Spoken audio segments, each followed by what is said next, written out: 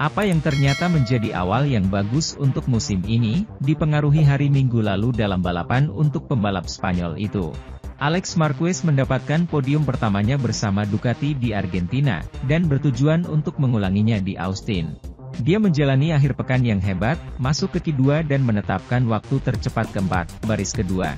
Meski sudah di balapan tidak semuanya berjalan lancar. Pertama, di sprint pada hari Sabtu, Alex jatuh dengan 4 lap tersisa ketika dia berada di poin. Kecelakaan ini karena ketidaknyamanan fisik, dia muntah di tengah belokan. Dan itu membuatnya mengubah sistem pengereman dan kecelakaan. Dan akhirnya, pada hari Minggu, keberuntungan juga tidak berpihak padanya. Jorge Martin, Prima Pramac Racing, tidak dapat menghindari untuk membawanya ke tanah, ketika dia terpeleset di lintasan. Selama lap pertama, kedua pembalap Ducati, bungsu dari keluarga Marquez melakukan garis di luar dan Jorge di dalam, antara angin dan ban masih tanpa suhu karena dingin. Martin hilang kendali, sepeda motor dan dia membawa Alex bersamanya, menyebabkan cedera. Karena kaki kiri Alex tersangkut di bawah sepeda saat jatuh. Alex Marquez telah memutuskan untuk menjalani tes medis segera. Setelah dia tiba di Spanyol, di pusat medis sirkuit dia hanya tampak merasa tidak nyaman.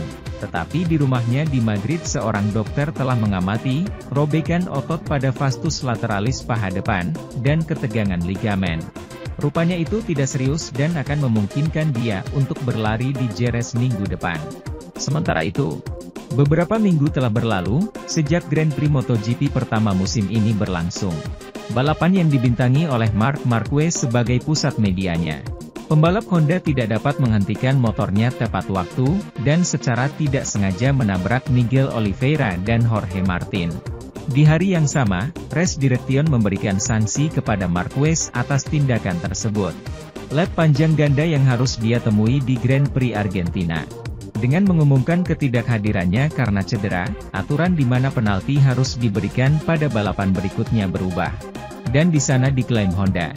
Setelah itu, sanksi ditangguhkan sebagai tindakan pencegahan oleh pengadilan banding MotoGP, dan semuanya menunjukkan bahwa Marquez tidak perlu melakukan double long lap tersebut.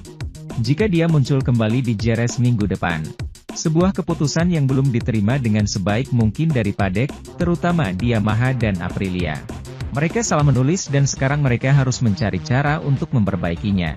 Sudah cukup untuk menulis semuanya dengan baik, tetapi untuk melakukan itu Anda harus berpikir 2 kali dan menjadi cukup baik, kata Massimo Rivola di GP1. Siapapun yang melakukan kesalahan, harus dihukum dan siapapun yang dihukum harus kompeten dan parah, terutama dengan format balapan baru ini.